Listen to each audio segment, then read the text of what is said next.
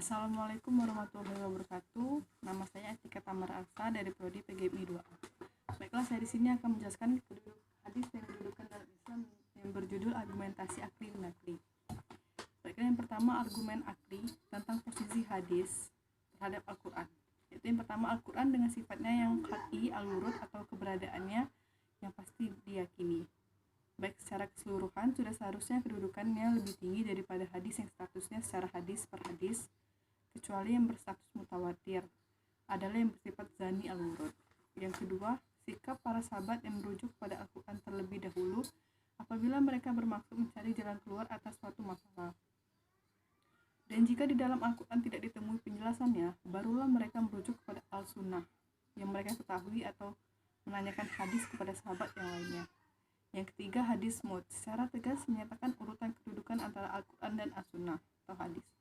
Dari argumen itu menjelaskan bahwa kedudukan hadis Nabi Muhammad SAW berada pada tingkatan kedua setelah Al-Quran. Meskipun demikian, hal itu tidaklah mengurangi nilai hadis, karena keduanya Al-Quran dan hadis pada hakikatnya sama-sama berasal dari wahyu Allah, karena keduanya seiring dan sejalan. Baiklah, yang kedua adalah argumentasi nakli, normatif. Yang pertama, dalil Al-Quran.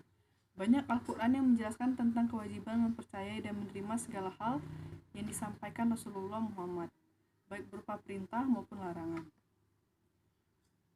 Allah SWT berfirman dalam surat An-Nur 54, yang artinya, taatlah kepada Allah dan Rasul, dan jika kamu berpaling maka sesungguhnya kewajiban Rasul itu adalah apa yang dibebankan kepadanya, dan kewajiban kamu sekalian semata-mata yang dibebankan kepada kamu.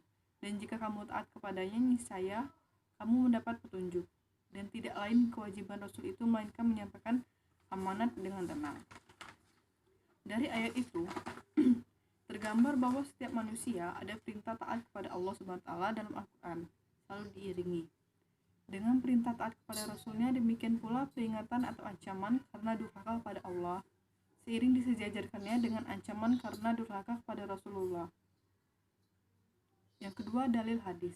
Dalam satu pesan Rasulullah berkenaan dalam Islam dengan karuan menjadikan hadis sebagai pedoman utamanya, yang artinya, aku tinggalkan dua pusaka untukmu sekalian yang kalian tidak akan tersesat selagi kamu berpegang teguh keduanya, yaitu kitab Allah SWT, Al-Quran, dan Sunnah, hadis riwayat Malik. Yang ketiga, kesepakatan ulama atau ijma. Para ulama terlalu sepakat menjadikan hadis sebagai salah satu dasar hukum bersama, karena sesuai dengan yang dikehendaki oleh Allah SWT. Penerimaan mereka terhadap hadis sama seperti penerimaan mereka terhadap Al-Quran, karena keduanya sama-sama dijadikan sebagai sumber hukum Islam. Kesepakatan umat Islam muslimin dalam mempercayai, menerima, dan mengamalkan segala ketentuan yang terkandung dalam hadis. Ternyata sejak Rasulullah SAW masih hidup, sepeninggalan beliau, semenjak Khulafaur Rasyidin hingga masa-masa selanjutnya, tidak ada yang mengingkarnya. Banyak di antara mereka yang tidak hanya memahami dan mengamalkan isi kandungan-kandungan itu, akan tetapi bahkan mereka menghafalkan, memelihara, dan menyebarkan kepada generasi-generasi selanjutnya.